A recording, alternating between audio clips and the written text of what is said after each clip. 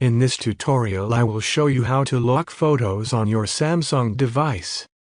To lock photos on your Samsung device, follow these steps. Open the Photos app on your device. Tap the menu icon at the bottom right. Select the Settings gear icon. Scroll down and tap on About Gallery.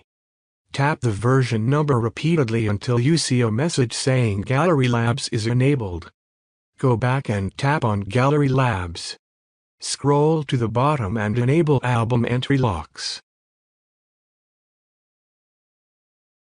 Restart your device.